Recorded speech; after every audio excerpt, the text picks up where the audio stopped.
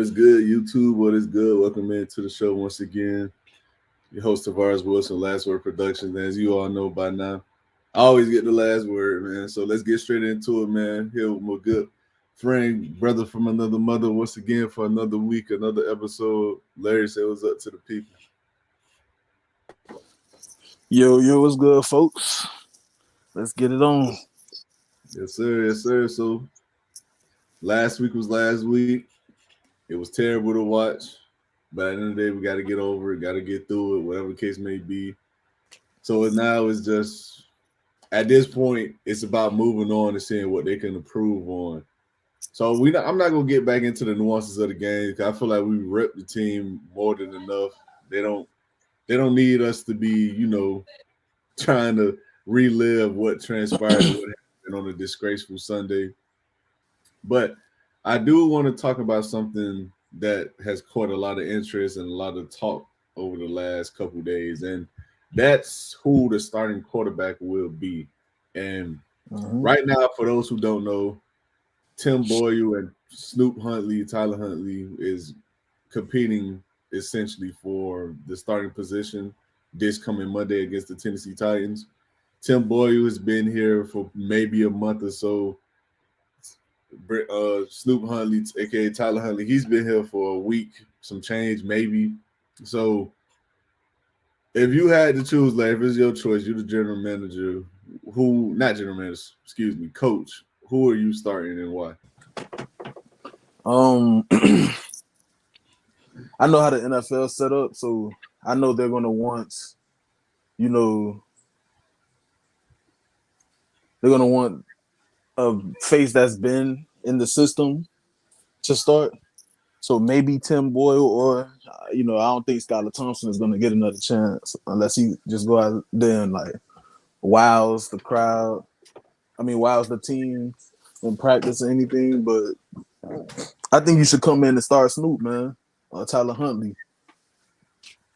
I think he's been there for a good amount of time the past couple of weeks, and I think he could come in and bring us a different dynamic on the offensive side with his legs. He has I'm going to say a competent arm, a good enough arm. So I think he should go ahead and get the slate and get the starting role over, Tim Boyle and Skylar Thompson. Okay. I also agree. I think Tyler Huntley should start because, simply put, I think Tyler Huntley is simply put better at football than the other two. That's just what it comes down to for me. You're regardless of who you go to, it's going to be a step down. So you might as well go with the best player. And if you got to dumb down the offense for his sake, so be it. As a matter of fact, that might be a good thing because the last time we seen someone try to run his offense the way your starting quarterback can run it, it didn't look so hot with Skylar. So maybe that was the issue with Mike White. Maybe they're trying to make these players be something they're not, aka Mike McDaniel, because maybe he isn't this quarterback whisperer. Maybe he just knows how to cater to one quarterback, and that is Tua. So I think at some point he has to make adjustments for his guys to be their most successful self.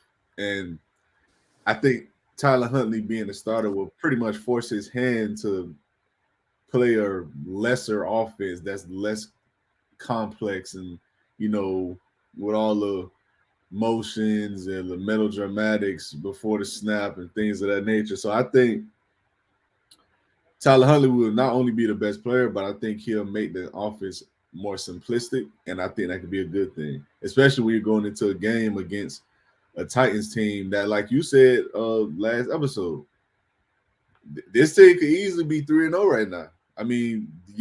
Have they played perfect? No, but have they played well enough to win a lot of these games? Yeah, it was right there at the very end with the Bears until a terrible mistake by Will Levis. And then they were same thing with the Jets, and same thing last week with the Packers. It's not like they're getting blown out the water. They're competitive. They're keeping the games close, competitive. So this isn't going to be a order where you coming in, you facing an 0-3 team who is just terrible. They're not. They're actually pretty sound, especially on the defensive side. They got I know they got that. I know that Chibuye Awuzie. I know he's hurt. He will be missing this game, so they're gonna have a weak corner. But L'Jarius Sneed, 9 out of 10 times, gonna be following Tyreek Hill. That's what he's been. That's been sort of his MO this season to follow the team's best. They got a pretty good safety in my boy that came from Seattle, Quandre Diggs. They Jeffrey Simmons up top with her. I mean, down below with Haran Landry at the end. I mean, they got some guys. I mean, they scrubs coming to town. Yeah. So people have to understand that. Yeah, the record says different, but again, man, these some of these games could be easily going the other way. Some of these teams' favors, but I think people got to understand that. So I think, so I said I have to say this: you have to play the best player. You have, Yeah. to, in my personal opinion. And unfortunately, I just don't think that's what they're going to do. I think they will start. Tim Boyle. So with that being said, though, let's get off into something I want to discuss regarding the quarterback Tua Tagovailoa and some things I heard. Right. First off, let's talk about the trade proposal that some people have been proposing. I seen these died out, but I seen some people say the Dolphins should trade for Matt Stafford. The Rams will receive Bryce Young in a three-way trade The with the Panthers. Rams and the Panthers, and the Panthers will receive picks from the Rams and the Dolphins. I don't think it's a chance in hell that happens. Because for one, I think Sean McVay loves Matthew Stafford, and I don't think he's going to trade him, especially after they pretty much upset to the Niners, who had him dead in the waters. And another one I seen was them trading straight up for Bryce Young. Listen, I'm just call it what it is. I don't want Bryce Young on my team, man. I'll be honest with y'all. You already got one undersized quarterback with a not so strong of an arm, who's not that athletic or dynamic. You can't have two, because for one, Bryce Young has showed nothing he could play at this level. Nothing. I mean, listen, I'm not saying that to be harsh on the man, but it's the truth. That's the reality of the situation. He's shown nothing that he could play at this level. I mean, his arm doesn't seem to be good enough. He's not the most athletic guy in the world. He's already undersized. He does not read defense as well. This was supposed to be a strength coming out of college. So if he's not already limited athletically, on the top of the fact he's not a quick processor like guys should be at that side, like how Tua is or Drew Brees was, what are we working with? Like, I don't understand why go trade for a guy who has little upside at this point in his career. And I'm not saying that to say Bryce Young can't be good one day, because he very well can be. But we got to be honest right now, man. I mean, is he really worth trading away any draft assets for? I don't think so. So I don't think they should even look into that, if I'm being real, man. And the last thing I seen people talking about the Dolphins were in talks to trade for either Russell Wilson, Dorian Thompson Robinson from the Browns, and who was the third quarterback they was talking about? Do you remember who the third one was? No, I saw the reports about Matthew Stafford.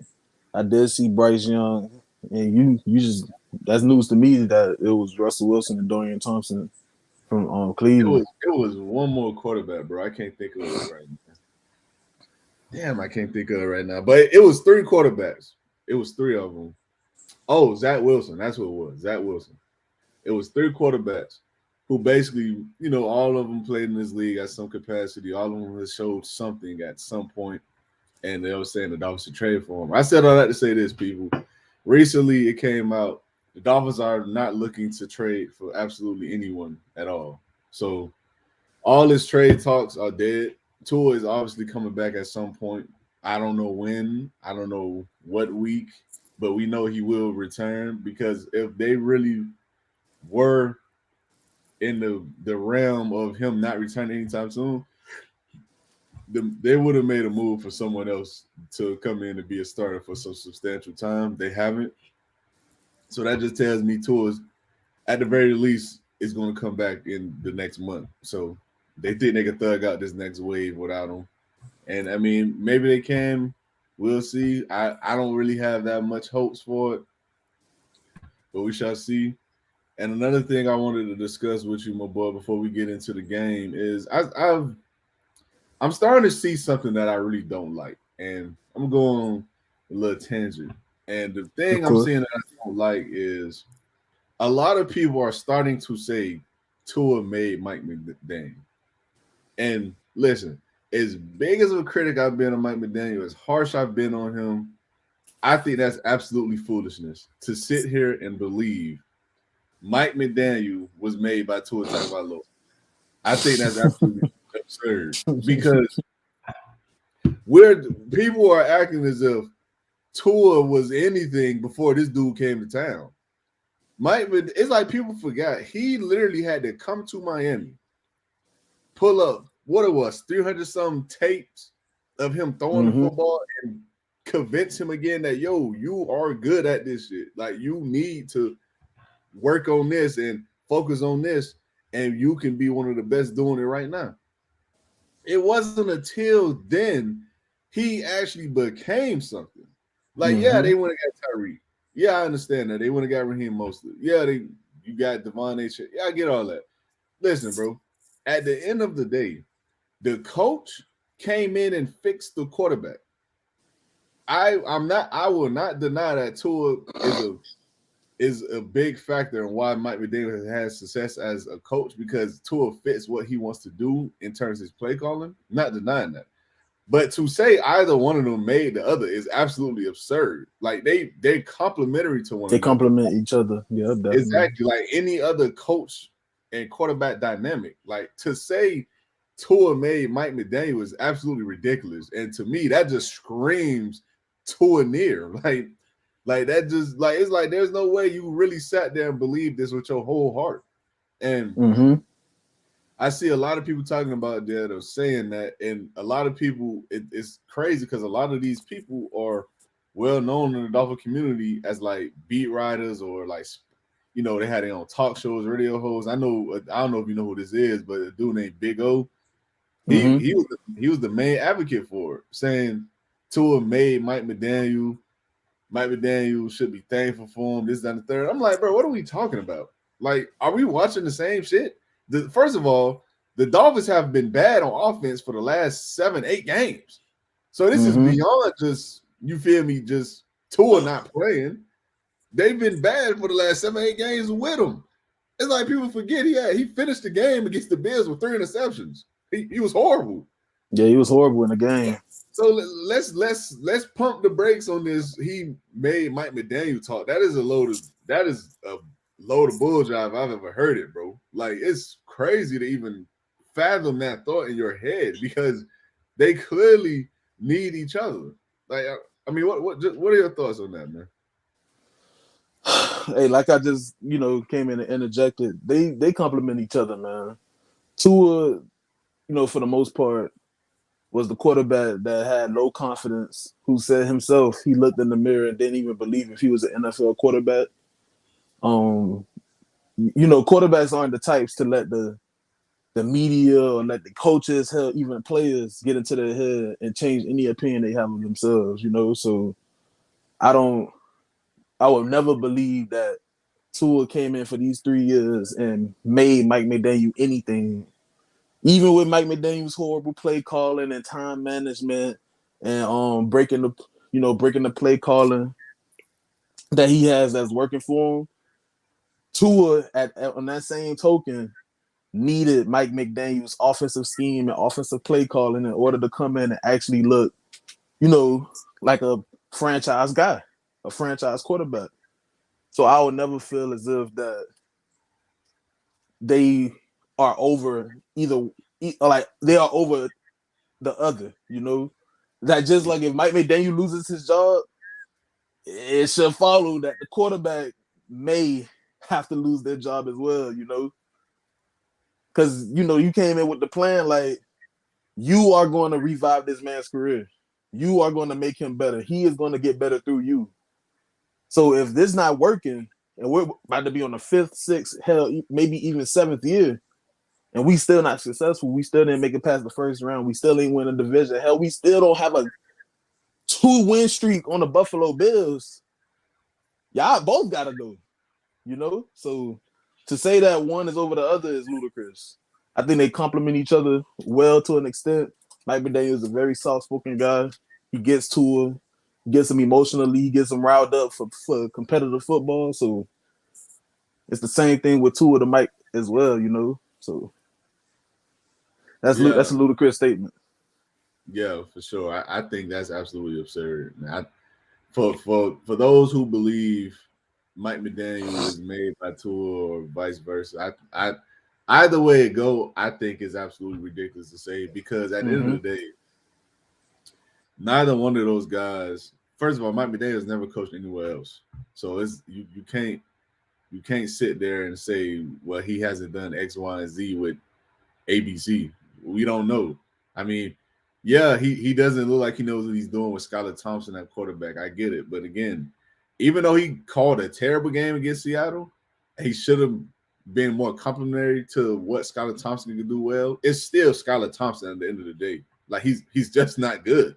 So I'm not gonna hold that against him that a player who's not good did not play good. So again, I will admit he called a horrible game, but let's not pretend Skylar Thompson would have went out there and lit up the Seahawks on the road. He wouldn't have, regardless of what the game plan was. The problem was you just didn't give him a chance. That was the problem. But at the end of the day, I've already told you I stand on both of these guys. I think after this year they should move on for both. I know that's not going to happen though. It is what it is. But let's just get into the game now, man. So let's get into the Tennessee Titans coming to town Monday, revenge game from last season. For those who don't know, the Titans game is where the end of the season debacle occurred for the Dolphins, where they pretty much just went downhill and sucked for the rest of the year after losing to the Titans. Um, so let's go through some of these rankings for both teams before we get into our predictions and matchups and stuff like that. So the Titans offense is ranked 27th, total yards, Miami 12th. Passing yards, Titans is 28th, Miami in 11th. Rushing yards, the Titans are 19th, Miami 24th. Points, the Titans are 16th. Miami dead last in the league, averaging 11 points per game. Let me just say this. Let me say this real quick. Remember last season, bro, when them boys went out and scored 70 points against the Broncos? Yes, sir. Bro, this season, through 3 weeks, they have 33 total points, bro. Yeah. 33. Dead last in the NFL. And That's another thing, before I let you no, go, go ahead.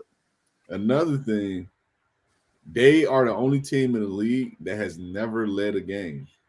Yeah, for a second. Is that for a second, bro. it is terrible right now, bro. It is terrible right now.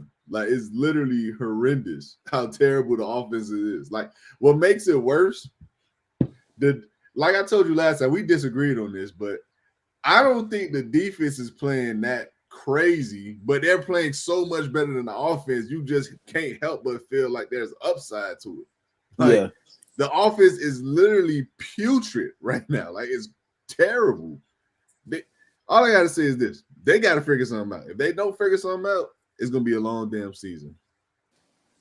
But third down percentage, the Titans it's awful. Jesus. The Titans are 27%. Dolphins are 17th. So it's almost in the upper half of the league. And let's get to the defensive side. Defensive side, Titans are 4th ranked total yards. Dolphins are 8th ranked. Passing yards, Titans are 3rd ranked. Dolphins are 12th ranked. Rushing yards, Titans are 21st ranked. Dolphins 12th. Points, Titans 24th. Dolphins 22nd. third down percentage. The Titans are ranked ninth. The Dolphins are ranked fifth. So both teams coming in this game with pretty solid defenses. It's going to come back to me, in my personal opinion. It looks like this game is going to come down to what team makes the least amount of mistakes. I think that's what this game is going to come down to. Can you just play complementary football and put your team in position to win the game? I think that's what this game is going to come down to, truth be told. And with that being said, let's get into some of these matchups that we have and who we think has the edge where. So let's get into quarterback. Will Levis against whomever may start. Tyler Huntley. This may be very unfortunate to say, but go I ahead, can't boy. believe I'm about to say Will Levis is having the advantage at the quarterback position, bro. But it's going to be Will Levis, man. Just to give a brief, I meant to say, a brief little compliment to Will Levis. When you really look at the body of work, let's look at the body of work without the turnovers. He makes great throws, bro. And he has a big arm. He has a cannon. He throws almost like a young A-Rod, how fast the ball just comes out of his hands, you know. He's the prototypical 2024 NFL quarterback. Then comes, you know, the turnovers, the terrible decision making at times, crucial decision making. Terrible decision making. That's what makes him average, in my opinion. But when he's on, man. He makes every throw that you need him to make. He makes throws on the run, creativity, improvisation, whatever the fucking word is. Improvising. There you go. Yeah. But man, he makes the throws that's needed to be made for NFL quarterback. He just, you know, he starts to play hero ball in a sense, and he tries to do too much. And that's how, you know, we see him lose these 3 games this year. Because, again, reiterating, the Titans could have easily been 3-0. Had the Bears won. Had the Bears game won. Really could have beat the Packers, but the turnovers killed them. And I forgot who they played second. The Jets. The Jets. There you go. The Jets only won by what? A field goal? 6 points or something like that? Yeah, it was something like it was a 1-possession game. I know that for a fact. So it's like, man, when you really look at it, the Titans could have been a 3-0 team, and we just read off all the defensive stats. And they look like they got the so it's going to be tough to see, man, that which Will Levis we're going to get this on Monday. But I got to give him the advantage. Yeah, over whoever it may be. Yeah, I agree, man. I think regardless of whoever takes snap, even if you had Skylar Thompson, I think Will Levis has the advantage, which is a shame to say because he's not playing well right now. Like, it's a shame to say that Will Levis gets the advantage over us in terms of the quarterback play. Let's get into the offensive line. And both units are not good. Let's just preface that first. Yeah. The right tackle for the Titans, I believe he's a rookie, if I'm not mistaken. Either a rookie or a second-year player, whichever one. He's been awful this year. Awful.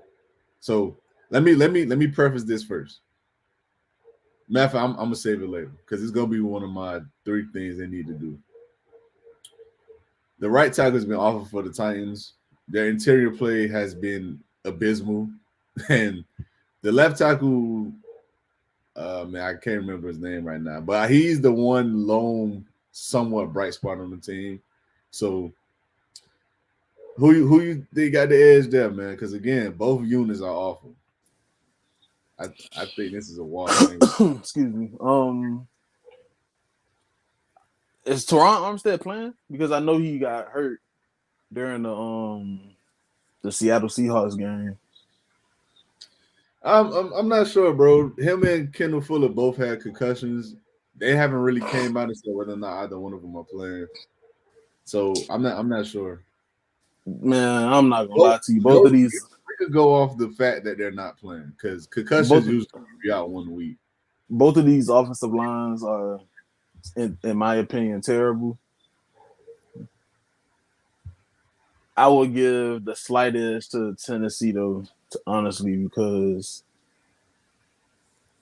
it's not for many reasons. But if what we're seeing in Seattle was any indicator of how the offensive line could potentially be playing, I'm not taking that offensive line against most squads, man.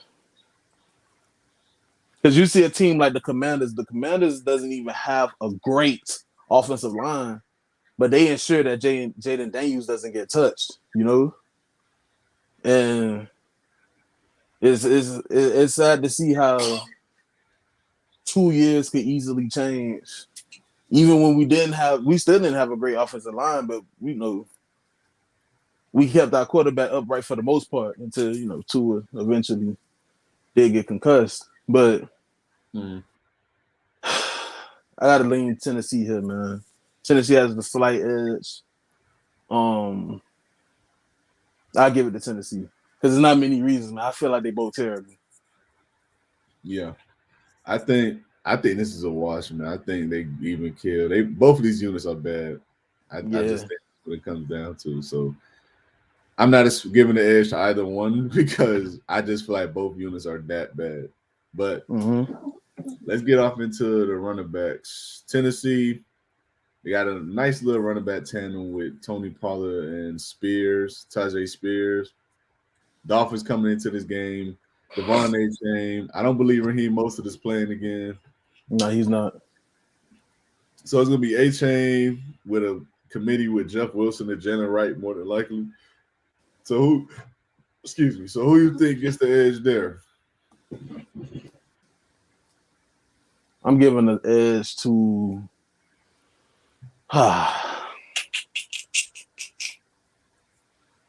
I gotta go with the Dolphins here, man.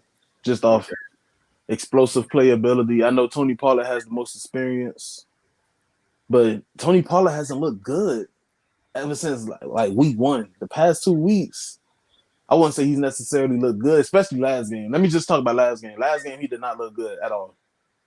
So I'm not completely confident that Tony Pollard is even enjoying his stint in Tennessee right now, you know? So I'm really a fan of how explosive Devon Achan and Jalen Wright can be because we only saw Jalen Wright on 2 runs, on 2 rushes. Yeah. So just off, just like I said, just off the sheer explosiveness, I'm thinking about taking, Miami. But Tajay Spears is a great asset out of the backfield for, receiving. He has shown that he's great at completing passes. You just slip him out in the flats and he makes a play. Tony Pollard, and Dallas did the same thing. But I'm going to edge towards the direction of Miami, just off sheer explosiveness. Right. I think I'm gonna edge Miami too. I think Devon Achan, pound for pound, is the best running back coming into this game. And then for my money, I can stack Jeff Wilson up with Tajay Spears. I think Miami has the edge because they have the best running back coming into this game. And like what you said, man, I think the opportunity of the ability to take a run from a 3-yard gain to 12 or 12 to 30, I think Miami has that edge. So I'll get an edge on Miami. I get an edge on Miami as well. So next position group we got the wide receivers, and they have not looked good this year so far to start from Miami. Jalen Waddle with Tyreek Hill, to say the least, have not played well.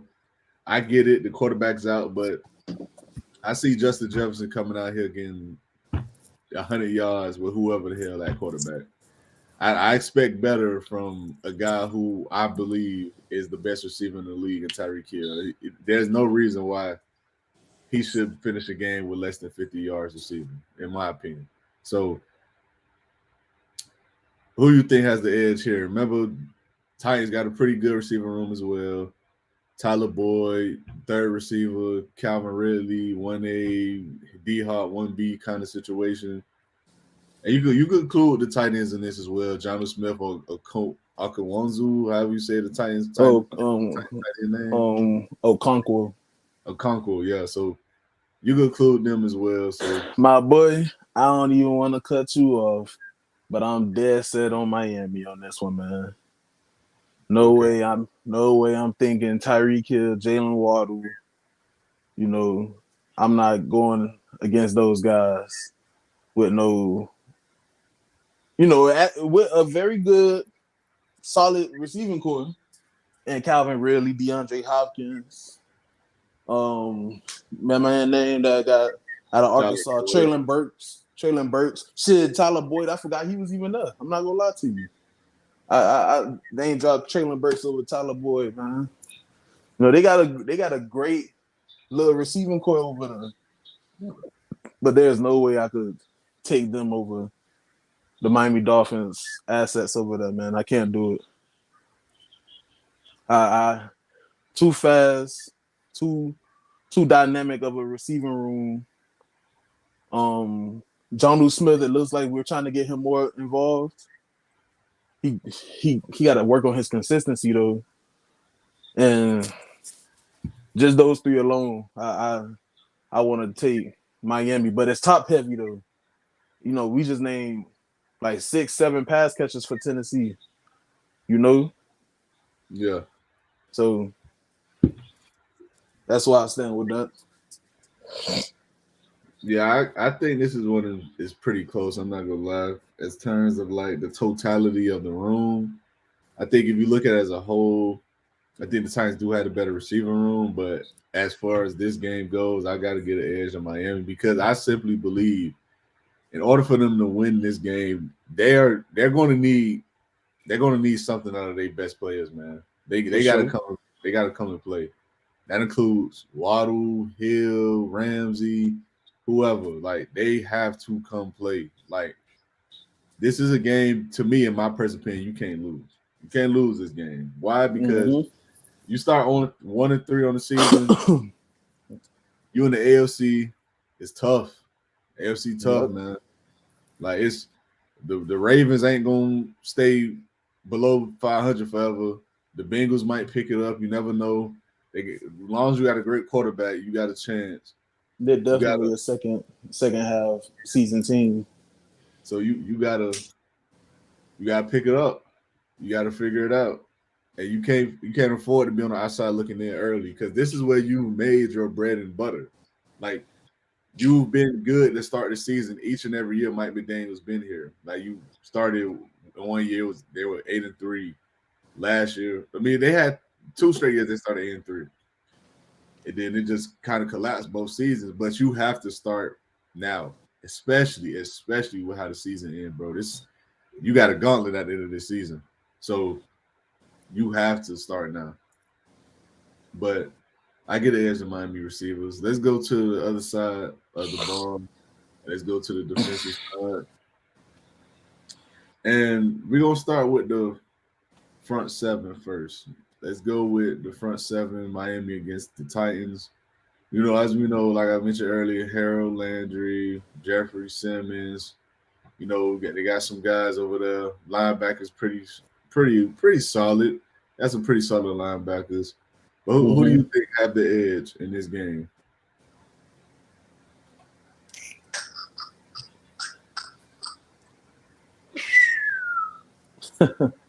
Um,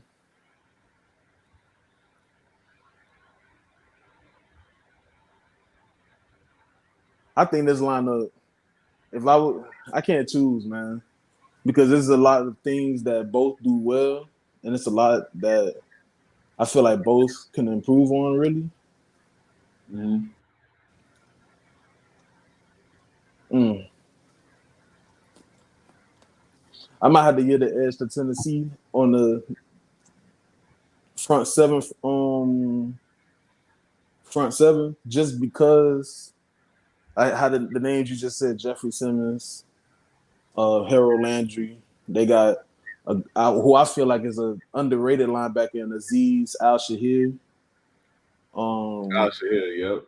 Yep. I, I feel like they have great young depth over there in Tennessee. I still am a kind of a fan of Kenneth Murray. He's over there as well. Yeah, I feel Kenneth like Murray. this. I feel like this is the kind of team that whose defense will sneak up on you and shut you out. You know, like this isn't no team that you could just a team period, but this is not a defense that you could just overlook. You know, this is a defense that is really well constructed, stopping the run, doing well against in the pass, and you know, I really give them the edge because of really name pieces. You know, Jeffrey Simmons and Harold Landry, like the names I just named. We still don't really know what we're getting out of Jalen Phillips at this point.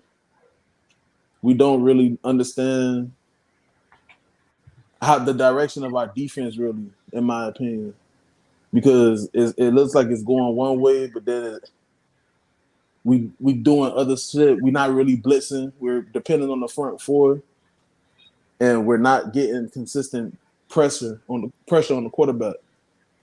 It's I don't know. It's kind of crazy looking at it sometimes. I got to get an edge to Tennessee here. Right.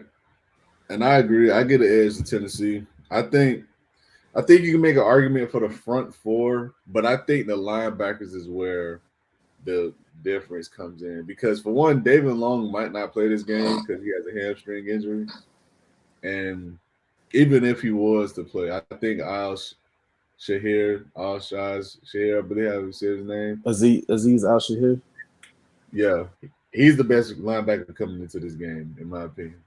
Like Mm-hmm. he plays downhill well. He covers decently. He's not the greatest coverage guy, but he covers well enough Yeah. that he's not a liability out there.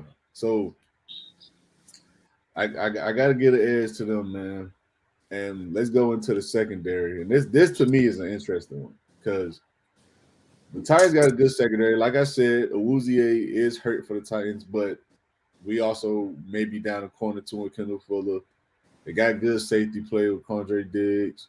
We got pretty good safety play at Javon Holland, and both teams have a pretty good number one corner, Jalen Ramsey and L'Jarius Sneed. So, who are you giving the edge to in this case? I'm giving the edge to Miami on this case right here. Um, a big part is the fact that Boy Awuzie is hurt. I feel like just a little bit depth wise, we're better in that aspect against Tennessee. I do feel as if safety play is a little bit better. They It's not got by a Jamal lot. Adams too. Don't forget that. Jamal Adams cool, you know. I'm not gonna say it like I don't like Jamal Adams. I am a big fan of Jamal Adams actually. I do feel as if he even fits what Miami likes to do with the safety in the box, almost a linebacker type hybrid. Not a good cover guy, but you know, just in that aspect of the compliment I just gave him, I think he's really good in that. But I do give Miami a slight edge here. It's a very slight edge. Okay, I think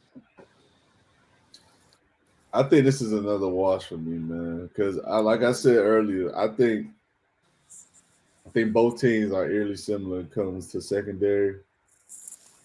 I I truly do believe it's going to come down to, like I said earlier, I think this game going to come down to who makes the least amount of mistakes. So that means, in counter to that, what defensive back end pretty much can make more plays.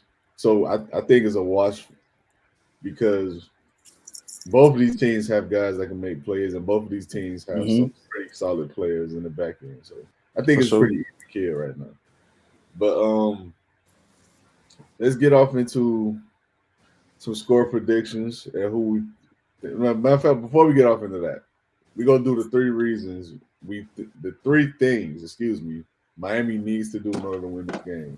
So If you want to go first, my boy, you can. You got any three things you think they need to for sure do in order to win this game? Cause turnovers. We need to cause turnovers. If we cause at least 3 turnovers and get the offense into a respectable position on the field, I feel like we'll win this game easily. We need to run the ball. The the concept of just going out there and throwing for 300 yards, scrap that shit. We need to run the ball. I don't give a fuck. I don't care if it's Jeff Wilson coming in and running, Devon Chan coming in and running, Jalen Wright coming in and running. You give Alec Ingold 10 rushes. You can come and bring Skylar Thompson in with some quarterback options. You can come and give Tyler Huntley some quarterback draws. We need to run the ball, bro. Right. We need to redefine who we are as an offense because how we're looking now is not working. We cannot just come out here and just think we're gonna go out here and just throw the ball every play. Skylar Thompson should not have whoever is starting being a starting quarterback. They should not have more than 24 attempts on this game. I do not want to see that. I do not want to see us out there throwing the ball unless the quarterback just hot. He finding reads quickly and effectively, and it's efficient. But if it's not, we need to tote the rock, pound the ball. I want the game to be over at 3:45. We should be running the football, man. And the third thing, special teams. God fucking damn it. Shit, dude. It's a very underrated part of football, and it's the down and distance, man. Seattle got some of their points off that missed field goal, penalties on the special teams. It is mind-boggling at times how inconsistent Jason Sanders is. When he was he only missed one field goal one year. Yeah, he was an all-pro about 4 years ago. It's like, bro, what happened to you? We got not to shit on, not to really shit on him, but we got Dallas getting somebody from wherever Brandon Aubrey came from, and he's coming in and breaking NFL records. Yeah, I think he just missed his first 50-yard field goal of his career. I didn't even know that was possible. Like, come on, man. He's the best doing it right now, man.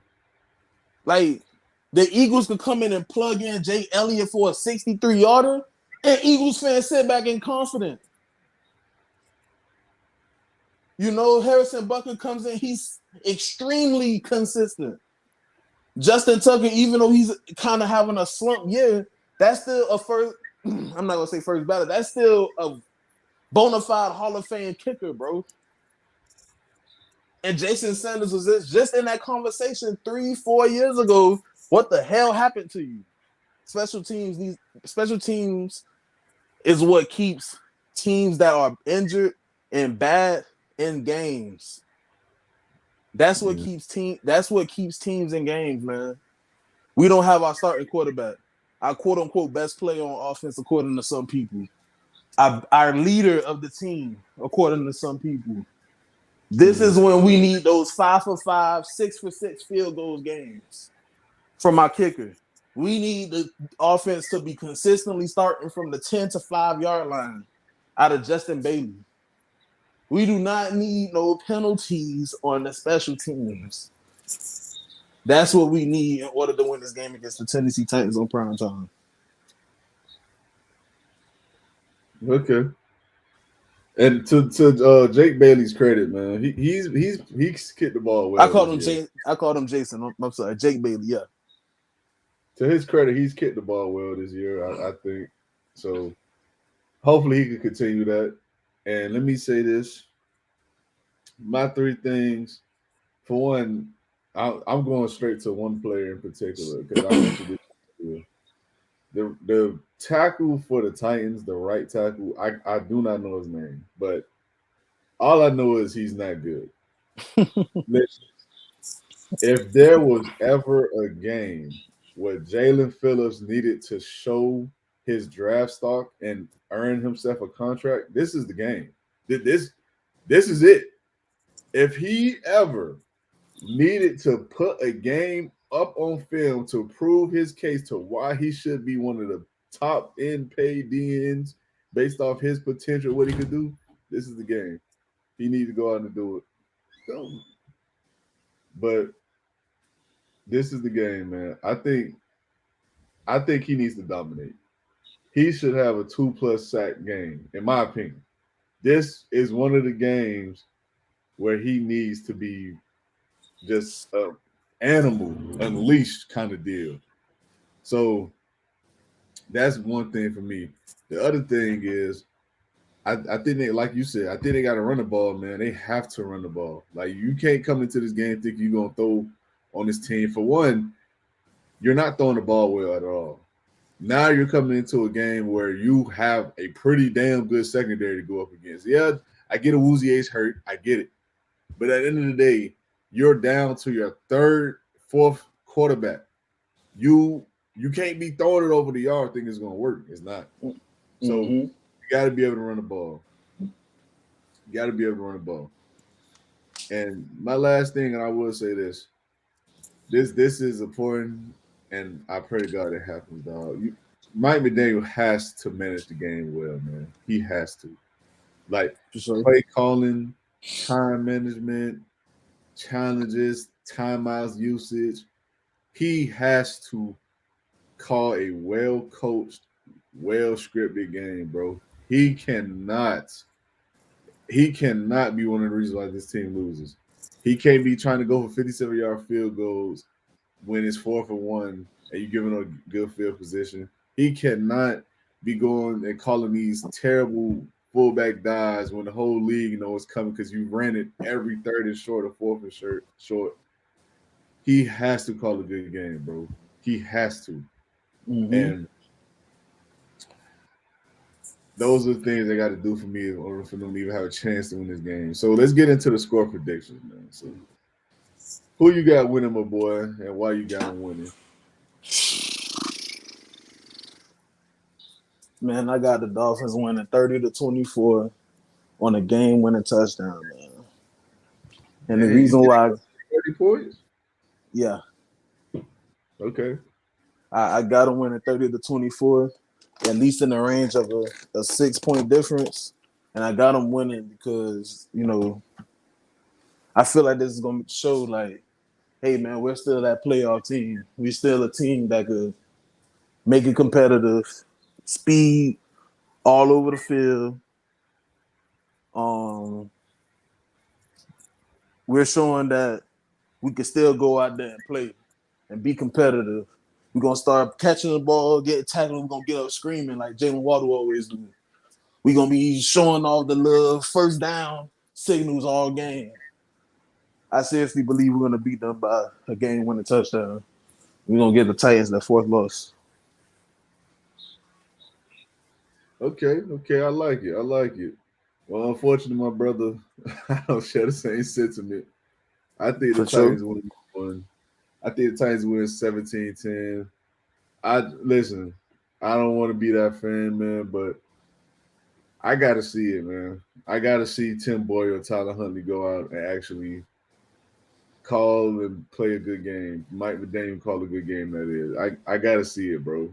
I just have no faith in a quarterback play right now. They gotta show me they can do it.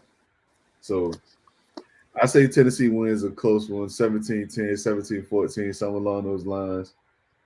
But that'll be it for the show tonight, guys. Appreciate y'all tuning in always. We ain't gonna do no hot take tonight. We'll do on the next episode. But make sure you like, subscribe to the channel, YouTube. I'm on every other social, TikTok, Facebook, Instagram. We live on Facebook right now as we speak. So if you have that, you can follow me on there as well. Last Word Productions is the name. And anything you want to say, my boy, before we head out? Mike McDaniel, don't fuck it up. Right. That's it. Say that again, boy. But all right, that'll be it, man. We'll see y'all in the review game later on in the week. All right.